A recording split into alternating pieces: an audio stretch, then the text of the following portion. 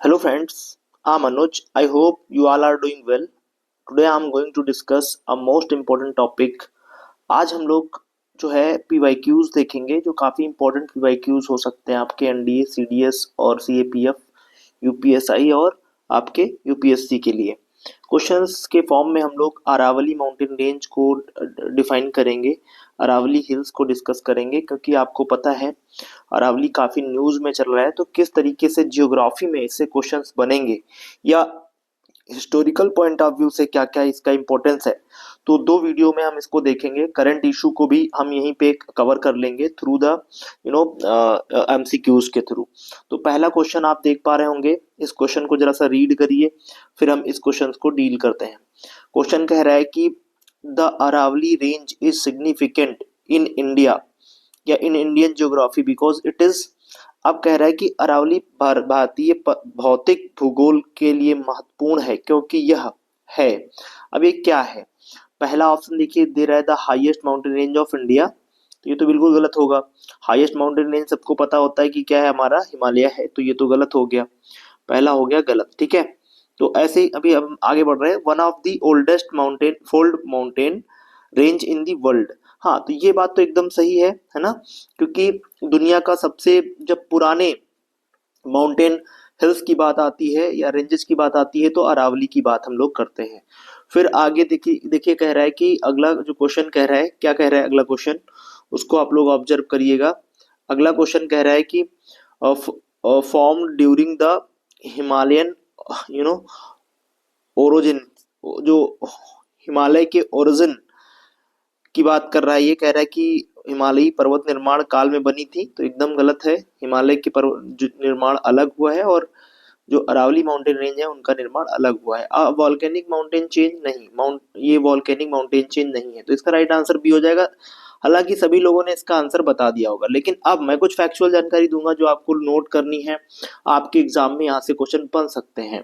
तो सबसे पहले जब मैंने आपको जियोग्राफी में हमने आपको जियोलॉजिकल क्लॉक बताई थी, उसमें मैंने बताया था ढेर सारे इरा है, इपोच है ना, वो सब चीजें हमने डिस्कस करी थी। तो वहीं पे आपको पॉइंट लिखना है कि जो अरावली माउंटेन रेंज है, लिख लीजिएगा अरावली जो माउंटेन रेंज है, अरावली माउंटेन रेंज, तो इनका निर्माण कब हुआ है, तो ये लिख लीजिएगा प्री कैम्ब्रियन में हुआ है। कब हुआ है?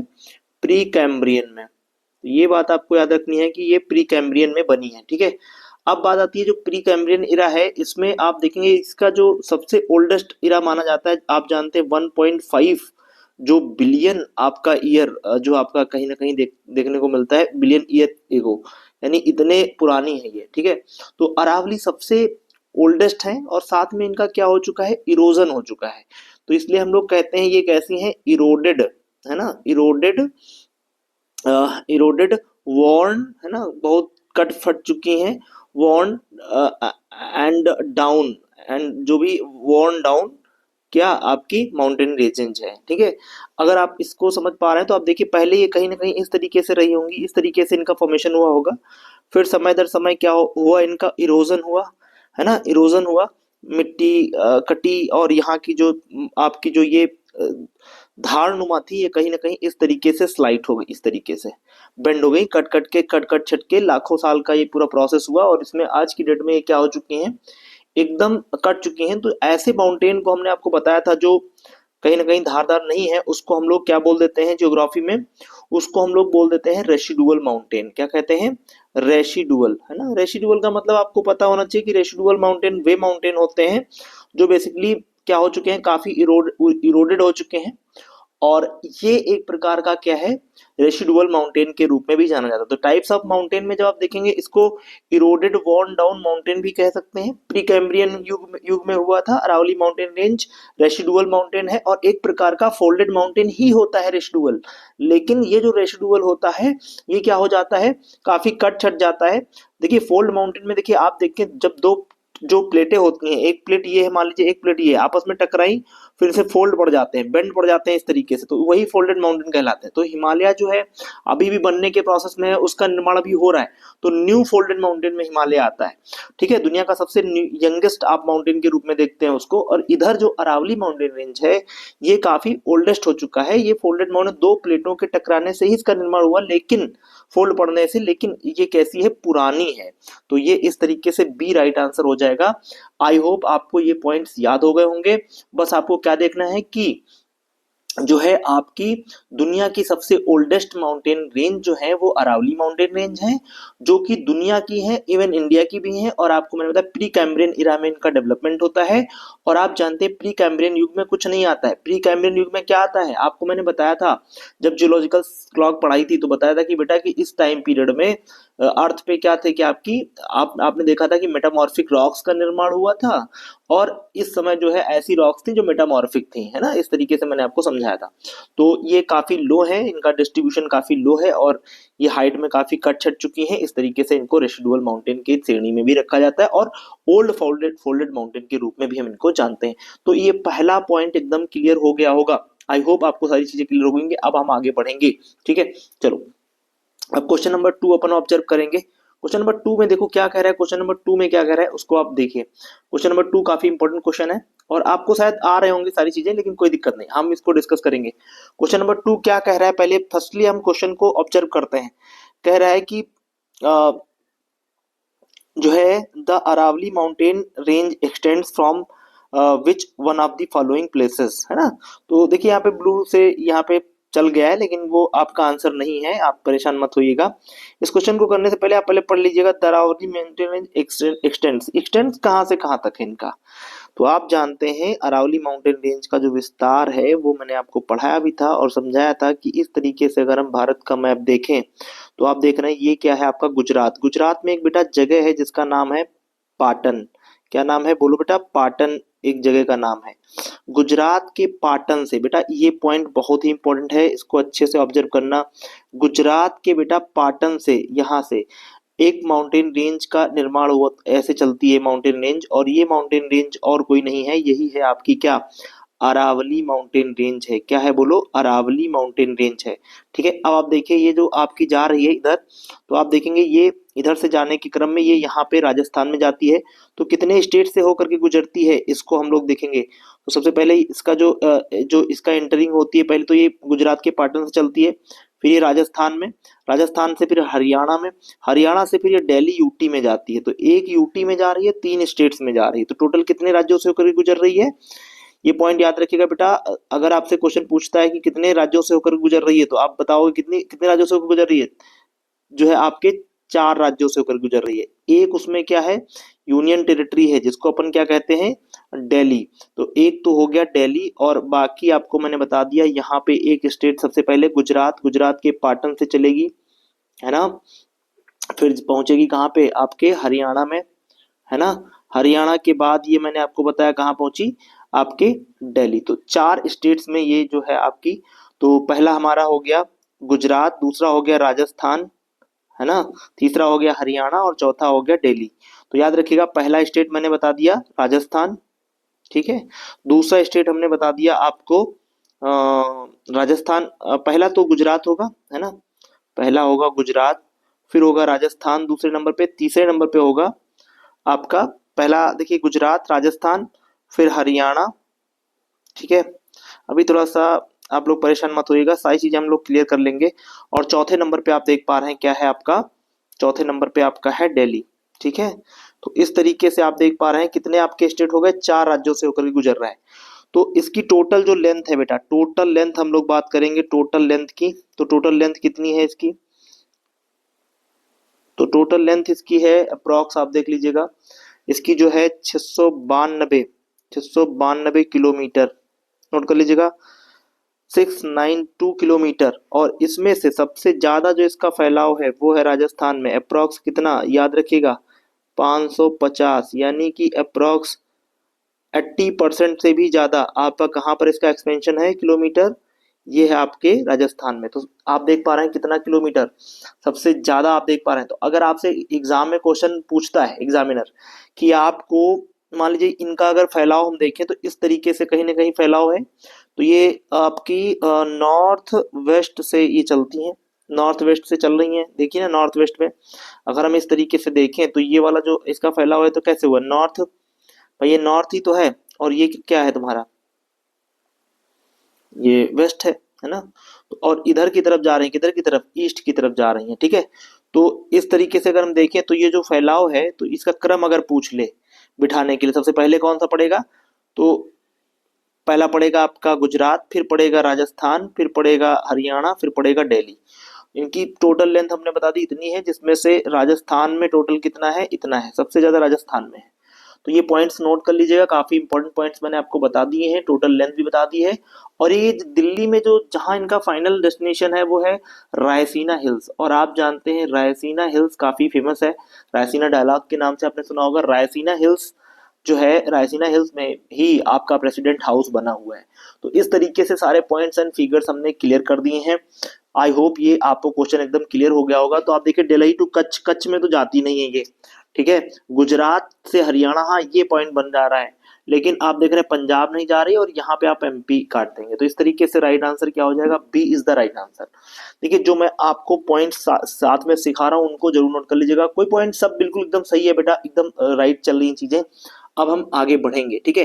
देखिए ये मेरे लिए थोड़ा सा नोविस है, क्योंकि मैंने पहले इस पर वर्क किया नहीं है, और अभी मैं ऑनलाइन थोड़ा सा चीजें करना चालू किया हूँ। तो नए नए चीजें हो सकता है कुछ दिक्कतें हों, लेकिन हाँ मैटर कंटेंट आपको एकदम रिच मिलेगा। जो चीजें मैंने बता दी हैं ये एकदम राइट है, 100% इसको नोट कर लीजिएगा। अब हम आगे बढ़ते हैं, ठीक है। और इस क्रम में हम लोग जब नेक्स्ट आगे बढ़ेंगे तो यहाँ पे देखें क्वेश्चन नंबर 3। देख क्वेश्चन नंबर 3 में क्वेश्चन नंबर 3 क्या कह रहा है बेटा, क्वेश्चन नंबर 3 क्या कह रहा है, इसको आप ऑब्जर्व करें। क्वेश्चन नंबर 3 कह रहा है which one of the following is the highest peak of Aravalli mountain range. Aravalli mountain range की सबसे ऊंची चोटी पर्वतमाला कौन सी है। अगर ये क्वेश्चन आपके एग्जाम में आ जाए तो आप देखिए, आपको पता होगा Guru Shikhar is the highest mountain peak of, सबसे ऊंची पीक है आपकी अरावली माउंटेन रेंज की, वो है गुरु शिखर। लेकिन आपको इस पॉइंट को समझना पड़ेगा कि ये अगर पूछ ले कि राजस्थान के किस डिस्ट्रिक्ट में है, तो आपको याद रखना पड़ेगा सिरोही डिस्ट्रिक्ट में है। तो राजस्थान का जो सिरोही डिस्ट्रिक्ट है उसकी सबसे हाई, सिरोही डिस्ट्रिक्ट में ही आपका एक प्लेस पड़ता है माउंट आबू। याद रखिएगा माउंट आबू। तो माउंट आबू जो आपकी है उसमें ये जो है आपकी गुरु शिखर है, जिसकी हाइट आपको सबको पता है 1722 मीटर है। इसकी हाइट है, सबसे ऊंची चोटी यही मानी जाती है, ठीक है। और आप जानते हैं जो माउंट आबू है ये हिल स्टेशन है, और ये एक प्रकार का, आप ये भी जानते हैं टूरिस्ट के लिए, हिल स्टेशन के साथ साथ ये क्या है, एक टूरिस्ट डेस्टिनेशन प्लेस है। तो ये क्या है, एक टूरिस्ट डेस्टिनेशन प्लेस है। क्या है बोलो बेटा, टूरिस्ट डेस्टिनेशन प्लेस है। तो ये बहुत ही प्यारा टूरिस्ट डेस्टिनेशन प्लेस है, ठीक है। ये पॉइंट याद रखेगा, ठीक है बेटा। सॉरी। अब हम आगे बढ़ेंगे और इस क्रम में गुरु शिखर पे हमें, अच्छा अब यहाँ पे और क्या पॉइंट बन सकते हैं उनको हम लोग डिस्कस करेंगे। आप जानते हैं माउंट माउंट आबू क्यों फेमस है, माउंट आबू क्यों फेमस है, आप सभी लोग बताएं। और इन पॉइंट्स को बेटा नोट जरूर कर लेना अपनी कॉपी पे। मैं फिर कह रहा हूँ ये पॉइंट्स आपको कहीं मिलेंगे नहीं, बहुत ही रिसर्च करके हमने चीजें डिस्कस कर रहा हूँ मैं यहाँ पे। तो देखिए यहाँ पे दिलवाड़ा, दिलवाड़ा ये पता होगा आपको सभी को कि दिलवाड़ा टेम्पल है, सभी को पता है दिलवाड़ा टेम्पल यहाँ पे है, ठीक है। दिलवाड़ा टेम्पल के अलावा अगर हम देखें तो ये किसको रिप्रेजेंट करता है, ये जैन टेम्पल है। ये बात याद रखिएगा, ये जैन टेम्पल है, जैनिज्म को कहीं ना कहीं फॉलो करता है, और व्हाइट मार्बल से बनाया गया है। अब आप देख रहे हैं अरावली से व्हाइट मार्बल उठाया गया होगा। फिर अगर हम बात करें इसका निर्माण किसने कराया था, तो इसका निर्माण कराया था विमल शाह ने। ये क्वेश्चन काफी बार एग्जाम में आ चुका है बेटा कि इसका निर्माण किसने कराया। विमल शाह किसके सेनापति थे या किसके कमांडर थे, ये भी क्वेश्चन पूछा गया है। तो लिख लीजिएगा सोलंकी किंग थे, सोलंकी किंग। सोलंकी किंग को ही हम लोग क्या बोल देते हैं बेसिकली, चालुक्य। तो चालुक्य, अब देखिए हिस्ट्री से भी ये कनेक्ट हो रहा है कि चालुक्य जो वंश के राजा थे सोलंकी, सोलंकी जो कि भीम, आप देखेंगे भीम फर्स्ट जो था, या हाँ भीम देव, भीम देव इसका नाम था, भीम देव। तो भीमदेवा फर्स्ट, भीमदेवा फर्स्ट के जो सेनापति थे वो थे आपके विमल शाह। विमल शाह ने इसका निर्माण करवाया था। ये इसका निर्माण बेटा हुआ है 11 टू 13 सेंचुरी, 11 से 13 सेंचुरी के आसपास इसका जो है डेवलपमेंट हुआ है। तो आप याद रखिएगा काफी इंपॉर्टेंट पॉइंट है। दूसरा जो माउंट आबू, दूसरा पॉइंट जो सबसे इंपॉर्टेंट है माउंट आबू के बारे में, उसको भी नोट कर लीजिएगा, मैं यहाँ पे लिख दे रहा हूँ। यहाँ पर आपका सीआरपीएफ, अगर आप सीआरपीएफ में यानी आपके central reserve police force CRPF में अगर आप हो जाते हैं, जिसकी स्थापना 1935 में हुई थी क्राउन नाम से पहले, बाद में इसका नाम चेंज कर दिया, सीआरपीएफ कर दिया गया था, आपको पता है 1939। और हाँ ठीक है, तो सीआरपीएफ की अगर बात करें तो यहाँ पर इसका ट्रेनिंग अकादमी है, तो लिखिएगा आईएसए का हेडक्वार्टर है। आईएसए मतलब आपका नोट कर लीजिएगा, आईएसए का मतलब यहाँ पर है इंटरनल सिक्योरिटी एकेडमी। तो यहाँ पर सीआरपीएफ की इंटरनल सिक्योरिटी एकेडमी है। दूसरा, अगर आप इंडियन स्काउट गाइड की बात करते हैं तो Bharat scout guide training centre है। तो क्या है, Bharat scout guide training centre है यहाँ पे। तो 2 पॉइंट यहाँ पर निकल करके आते हैं। तो इन पॉइंट्स को याद रखिएगा, जो मैंने ऊपर पॉइंट बता दिए उनको याद रखिएगा। थोड़ा स्पेलिंग वगैरह में आपको हो रहा होगा, लेकिन मैं जो बोल रहा हूँ आप उसको सुनिए, वहां से चीजों को आप लोग क्या करिए, कैचअप करिए। ठीक है, तो अपन आगे बढ़ते हैं और नेक्स्ट पॉइंट्स को विजुलाइज करते हैं। And after that we will discuss the next point, next question which is most important for your examination purpose। Question number 4 देखिए बेटा, काफी इंपॉर्टेंट क्वेश्चन है, आपके एग्जाम में आ सकता है। The Aravalli range plays an important role. तो क्या इंपॉर्टेंट रोल प्ले करती है अरावली माउंटेन रेंज? पहले लिखा है causing cyclone in western India, preventing the eastward expansion of the Thar Desert, blocking the southeast monsoon completely and causing earthquake in Rajasthan. तो आप याद रखिएगा, अगर ये अर्थक्वेक ला रही होती तो क्यों ही इनके लिए भाई उतना प्रोटेस्ट हो रहा होता। और ये जो मानसून को ब्लॉक करती है ये बात एकदम सही नहीं है, बट ये वाली बात एकदम सही दिखाई दे रही है। 2 वाली क्या सही दिखाई दे रही है, देखना जरा, इसको पढ़िएगा। अगर हम बात करें अरावली की, तो अरावली आप देख रहे हैं कुछ इस तरीके से फैली हुई है ना। और आप देखेंगे ये राजस्थान को 2 बराबर भागों में बांटती हैं। तो एक तरफ से ये हवाएं, मान लीजिए जैसे आपका इंडिया है ये, ठीक है, और इंडिया का जो साउथ वेस्ट ये मानसून है इस तरीके से आता है, इस तरीके से, ठीक है। तो जब ये इंटर करता है तो ये क्या करते हैं ना, इस तरीके से पैरेलली है ये, तो पैरेलली तो इधर की तरफ टकरा करके इधर बारिश कर देगा, इधर की तरफ बारिश हो जाएगी, इधर क्या रहेगा, डेजर्ट। तो ये जो डेजर्ट एरिया है, ये यही तो दिक्कत हो रही है कि अगर अरावली माउंटेन रेंज कट जाती है तो इससे क्या होगा, सीधा ये डस्ट वगैरह ये सब दिल्ली एनसीआर रीजन में आ जाएगी। और वैसे ही दिल्ली बदनाम है अपने, कहते हैं इन लोगों को रहने का सहूर नहीं है ना, क्यों, क्योंकि सबसे पोल्यूटेड सिटी है। और दूसरी बात ये जो डस्ट वगैरह है सीधे आएगी और ये एक्सपेंशन होगा किसका, थार डेजर्ट का। तो इसलिए ही ये सब बवाल आपका चल रहा है। आप देख पा रहे हैं किस तरीके से कि ये राजस्थान में हरियाली का काम कर रही है और उसको ही आप उड़ाने की बात कर रहे हो। ठीक है, आप इधर उधर चिल्लपो करते हो कि भाई एक पेड़ माँ के नाम, है ना, और अरावली किसके नाम, अपने अंबानी के नाम, है ना। इस तरीके से लोग मीम्स बना रहे हैं, आपने देखा होगा। चलो ठीक है, ये पॉइंट समझ में आ गया होगा कि preventing the eastward expansion of the Thar desert, एकदम सही बात है। अब अपन आगे बढ़ेंगे, नेक्स्ट अगला देखिएगा इंपॉर्टेंट पॉइंट क्या निकल करके आता है, अगला क्वेश्चन क्या बनता है वो देखिए। कह रहा है कि विच रिवर डज नॉट और does not originate from Aravalli mountain range. कौन सी इनमें से रिवर है जो कि अरावली माउंटेन रेंज से नहीं निकलती है ना। तो इसमें देखिए आप चंबल, जब आप बात करते हैं तो चंबल यमुना की सहायक नदी है, आप जानते हैं। और ये चंबल जो है, जब यमुना की सहायक नदी है तो जाहिर सी बात है यहाँ से कहीं ना कहीं इसका जो है निकास नहीं होगा। और आप जानते हैं ये विंध्यन रेंज से निकलती है। कहाँ से निकलती है, विंध्यन रेंज से निकलती है, ना कि आपके जो है Aravalli mountain. Aravalli mountain range से देखिए लूनी भी निकलती है, बनास भी निकलती है, साबरमती भी निकलती है। ये तीनों नदियों का निकास आपके कहाँ से होता है, अरावली माउंटेन रेंज से होता है। अब बात आती है कि इन नदियों का तो निकास है ये, तो फिर क्यों ये पेड़ वगैरह काटने की बात हो रही है, या फिर अरावली माउंटेन का क्यों जो है आपका क्या होने का काम जो है उसको काटने की बात कर रहे हैं, या उसको जो है उसका खनन करने की बात हो रही है। तो ये सब मामला है कॉन्ट्रैक्टर्स का, क्योंकि उनको होता है लाभ, और लाभ स्टेट गवर्नमेंट भी मुनाफा कमाना चाहती है। तो ये सब मिली गांठ से चीजें चल रही हैं, जो भी आपका बवाल हो रहा है। और आप देख रहे हैं एनसीआर रीजन का डेवलपमेंट कैसे होगा, मार्बल से बढ़िया जो व्हाइट मार्बल लगेगा कहाँ से आएगा, तो अरावली माउंटेन रेंज से आएगा। और आप अरावली मनुष्य, आप जानते हैं कि मनुष्य क्या है, जन्मजात ग्रीडी होता है, लालची होता है, और उसको क्या चाहिए, उसको चाहिए पैसा, और पैसे के लिए कुछ भी करेगा, जाहिर सी बात है। तो अपन आगे बढ़ेंगे और नेक्स्ट पॉइंट्स को डिस्कस करेंगे। तो हमने इस तरीके से देख लिया कि अरावली अपने खत्म होने के कगार पे हैं, बायोडाइवर्सिटी खत्म हो रही है ना, सब बहुत सारी चीजें हैं वो अपन डिस्कस करेंगे कभी। और अब हम आगे बढ़ते हैं और आप जानते हैं यहाँ पे ढेर सारे टाइगर रिजर्व भी हैं। 3 टाइगर रिजर्व का ये घर है, ये आप समझ लीजिए कि अरावली कोई छोटी मोटी। और एक तरफ मैं देखता हूँ गवर्नमेंट कहती है भैया हम जो है बोत्सवाना से 8 से चीते मंगा रहे हैं, वहां से हम क्या, मतलब क्या है, पता नहीं, समझ में नहीं आ रहा इन लोगों का क्या है। तो इसका राइट आंसर तो हो गया तुम्हारा डी। अगला हम क्वेश्चन लेते हैं और आप अगला क्वेश्चन ऑब्जर्व करेंगे। ठीक है बेटा, चलो अब क्वेश्चन नंबर हम आते हैं नेक्स्ट, अगला 6 नंबर, बढ़िया क्वेश्चन है बेटा, इसको डील करो।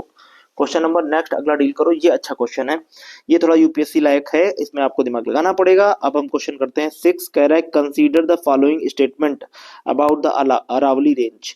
It runs in the south west north east direction. It is mainly composed the igneous rocks. It is discontinuous in nature, है ना, विच of the statement is given is correct, है ना। तो ये पॉइंट कह रहा है।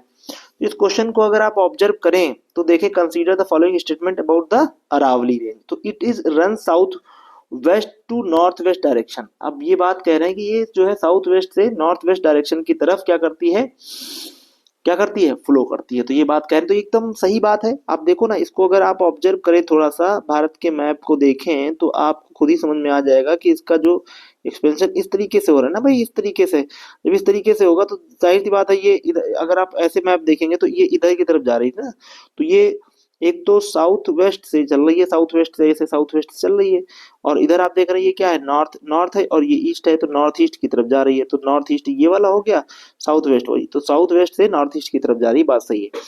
फिर कह रहा है it is mainly compose by the igneous rocks. It is mainly composed, it is mainly composed of igneous rocks. फिर लिखा है it is discontinuous in nature. ठीक है, तो ये पॉइंट कह रहा है कि यह मुख्यतः इग्नियस रॉक से बनी है और यह असतत प्रकृति की है। तो ये बात तो नीचे वाली अगर आप देखो तो एकदम सही लग रही है कि ये डिसकंटिन्यूअस है, कहीं ये मतलब उठी है, कहीं एकदम खत्म है, फिर कहीं ऐसे, तो ये डिसकंटिन्यूअस तो है। लेकिन जो बात ये करे ना कि ये mainly composed bye igneous rocks, ये बात सही नहीं लग रही है मुझे। क्यों? क्योंकि आपको पता होना चाहिए कि इनका जो निर्माण हुआ है कहीं ना कहीं अरावली माउंटेन रेंज का, वो निर्माण कैसे हुआ है। आप जानते हैं अरावली माउंटेन रेंज का निर्माण हुआ है आपके जो है कहीं ना कहीं, अगर हम देखें तो इग्नेस रॉक्स तो थी, ये बात सही है, इग्नेस रॉक्स आप गलत नहीं कर सकते, लेकिन मेन इसमें मेटामॉर्फिक रॉक्स बहुत है। अब अगर आप ये नहीं समझ पा रहे तो आपको पता है कि इग्नेस रॉक्स का ही जो है आप देखेंगे जब काफी दाब दाब के द्वारा ये क्या बन जाती हैं, मेटामॉर्फिक बन जाती हैं। और मेटामॉर्फिक में अनु सर ने आपको पढ़ाया था, आपको याद होना चाहिए कि भैया मेटामॉर्फिक क्यों, क्योंकि मार्बल जो है वो कैसा है, बताओ मार्बल क्या है, मार्बल क्या है, मेटामॉर्फिक में आएगा ना। और मार्बल के लिए मेन जानी जा रही है, ये ढेर सारी बजरी वगैरह के लिए जानी जा रही है, जो आपकी बिल्डिंग वगैरह कंस्ट्रक्शन में यूज होती हैं। आप देखेंगे फरीदाबाद है, हरियाणा का जो रीजन है, दिल्ली एनसीआर में आप देखिए, है ना, गुड़गांव वगैरह, ये जो बड़ी बड़ी तुम देख रहे हो जंगल की सीमेंट की, जो मोरंग की, यूरिया की, जो मोरंग वगैरह की, सीमेंट वगैरह की जो बिल्डिंग खड़ी हो रही है, वो किससे बन रही है, वो सारी इन्हीं से निर्माण हो रहा है, इन्हीं से निर्माण हो रहा है। तो जब मार्बल, जब आप बात मार्बल की कर रहे हो ना भाई, तो मार्बल की जब बात कर रहे हो तो मार्बल कहाँ से आएगा, मार्बल यहीं से आएगा। और मार्बल, मार्बल है, क्वार्टजाइट है, तो कौन कौन से इसमें, पहले पहले तो ये समझ लो कौन कौन से रॉक्स मिल रहे हैं। तो रॉक्स में भी अगर देखो तो एक तो हो गया क्वार्टजाइट, और मैंने पढ़ाया था क्वार्टजाइट, जो क्वार्टजाइट है, क्वार्टजाइट। दूसरा मैंने आपको बताया था मार्बल मिलेगा, यहाँ पे मार्बल होगा। तीसरा मैंने बताया था यहाँ पे सिस्ट मिलेंगे, सिस्ट मिलेंगे। फिर मैंने बताया था यहाँ पे फाइलाइट मिलेगी, फाइलाइट। ठीक है, और फिर मैंने बताया था आपको नीस मिलेंगी, नीस, नीस की चट्टानें मिलेंगी। और ये सब क्या है आपके, ये सब मेटामॉर्फिक रॉक्स के उदाहरण है। तो इस तरीके से केवल अगर आप इग्नियस रॉक्स लगाते तो गलत हो जाएगा, तो इसलिए ये वाला सही नहीं है। तो राइट आंसर ए हो जाएगा। ठीक है, ये बात समझ में आ गई कि नहीं आ गई, आ गई कि नहीं आ गई, चलो ठीक है, अगर आ गई तो अच्छी बात है। अब अपन आगे बढ़ेंगे और आगे क्वेश्चंस को विजुलाइज करेंगे। ठीक है, तो आई होप ये सेशन आपको समझ में आ रहा होगा, और नहीं भी आ रहा है तो कोई बात नहीं, मेरा पहला वीडियो है, मैं आगे अभी इसको फर्दर कंटिन्यू करूंगा। अगर आप लोगों ने कहा, अगर आपको अच्छा लगता है तो फर्दर अपन डिस्कस करते रहेंगे। तो अगला क्वेश्चन देखिए, यहाँ पे क्वेश्चन नंबर 7 है, कह रहा है कि the Aravalli range is geologically associate with which of the following mineral resources. वही क्वेश्चन आ गया कि नहीं आ गया? अच्छा, आप आंखें बंद करके अगर आपको आंसर लगाना हो तो क्या करोगे? आपको अनुसर ने पढ़ाया था कि भैया खेतड़ी सर, एक खेतड़ी नाम की जगह है वहां पे। क्या नाम की जगह है? खेतड़ी, खेतड़ी। और खेतड़ी में ही मैंने बताया था खा से खेतड़ी, खा से जो है खा से खेतड़ी है, और यहीं पे मिलता है तांबा। तांबा का प्रोडक्शन के लिए जानी जाती है, यानी कॉपर। कॉपर के प्रोडक्शन के लिए जानी जाती है, यानी सीयू के प्रोडक्शन के लिए। फिर मैंने बताया था खेतड़ी की खान आप जानते हैं, जा से जावर, जावर, जावर, जावर, जा से जडन यानी जिंक। जिंक के प्रोडक्शन के लिए जानी जाती है। तो जिंक और तांबा तो मेन हो गए भैया, खूब मिलते हैं इधर, बहुत सारे मिलते हैं। और आप देखोगे यहाँ पे सैंड स्टोन भी मिलेगा, सैंड स्टोन भी मिलेगा।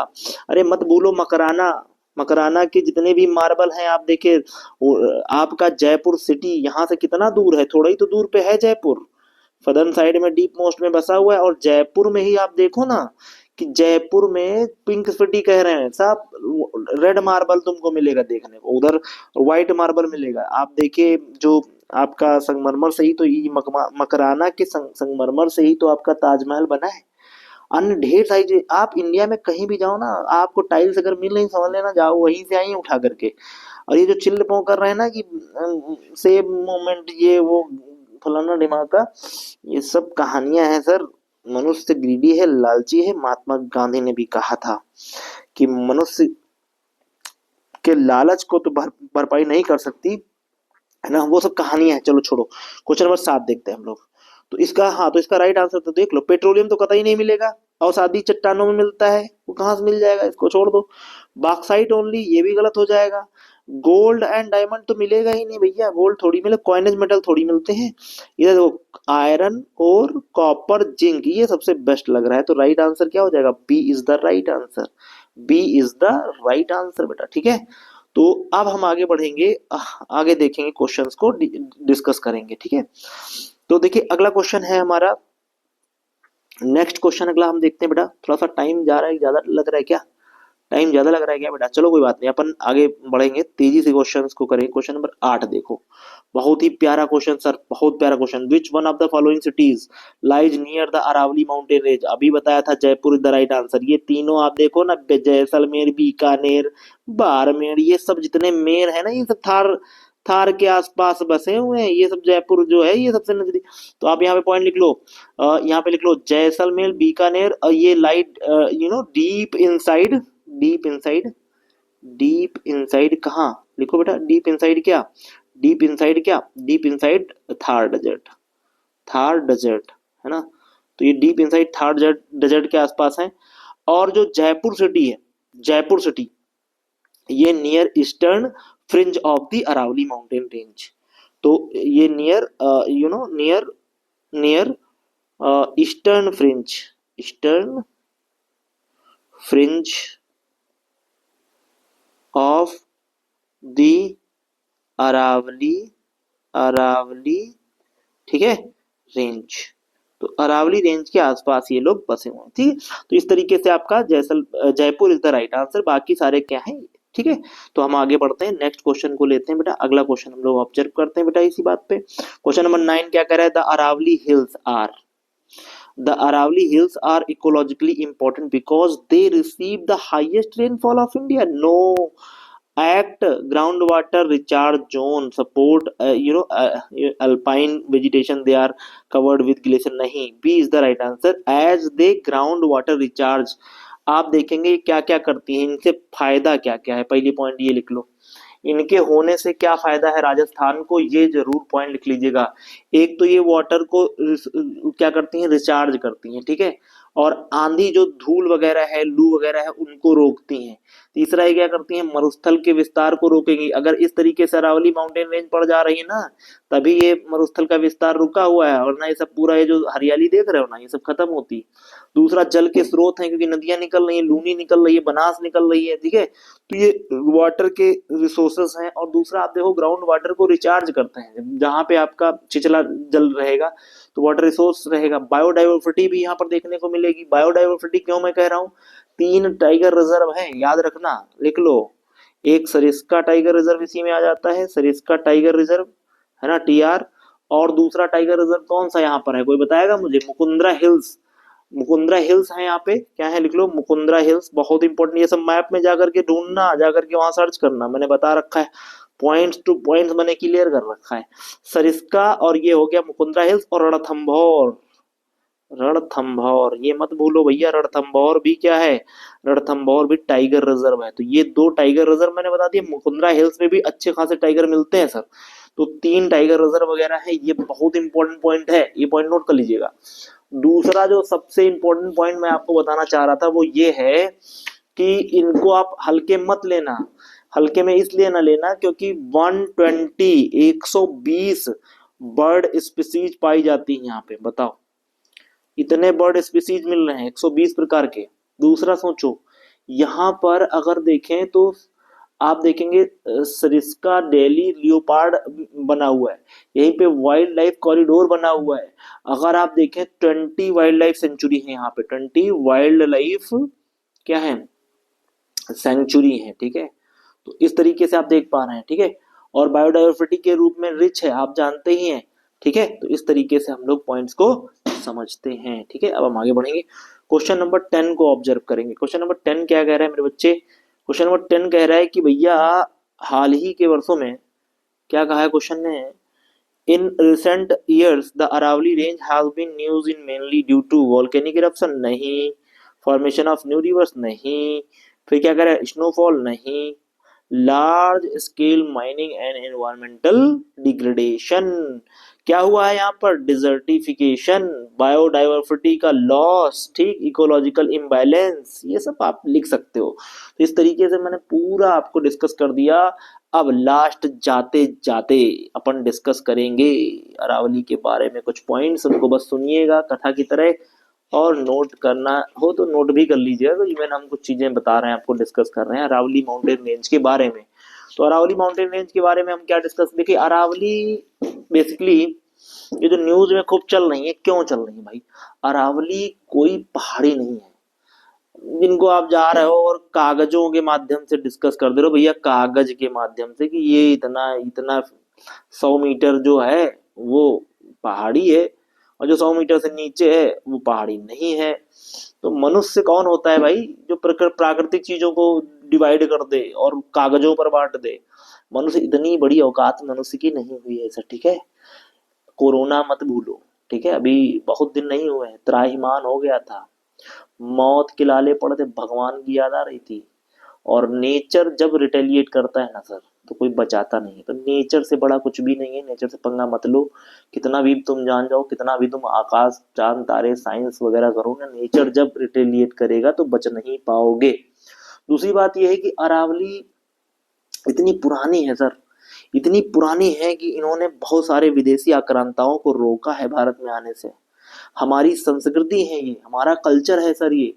अगर हम देखें तो ये पता नहीं कितनी जो है यहाँ पे फ्लोरा फौना पनप रहा है, उसको तुम उजाड़ दोगे, है ना, कितनी ट्राइब्स का बसेरा है, ये रक्षा कवच है सर। अब जो है आपके इंडिया में ढेर सारे स्टेट्स का, आप उसको मत खत्म करो और अरावली को सेव करो। तो ये हम भी लास्ट में यही कहेंगे कि अरावली को सेव करो। लेकिन गांधी क्या कहते हैं, गांधी कहते हैं कि भैया देखो, मनुष्य की आवश्यकताओं की पूर्ति कर सकती है प्रकृति, हर आवश्यकता की पूर्ति, लेकिन लालच का नहीं कर सकती। लालची आदमी क्या ही करेगी। तो इस तरीके से पॉइंट्स मैंने डिस्कस किए।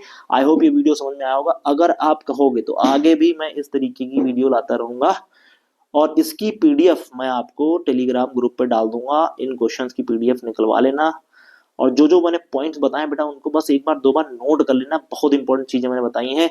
आई होप ये वीडियो आपको समझ में आया होगा। शेयर कर देना फ्रेंड्स वगैरह। मेरा मोटिवेशन क्या है तुम्हारा, अगर तुम इसको लाइक करोगे, सब्सक्राइब करोगे, इधर भेजोगे तो मुझे भी अच्छा लगेगा यार, देखो कोई तो देख रहा है मेरी मेहनत को। वरना भाई देख, ऐसा है कि मोटिवेशन तुम्ही से आएगी, ठीक है। ये पॉइंट्स याद रखना, ठीक है। Thanks for watching, okay, thanks. जय हिंद, जय हिंद, जय भारत।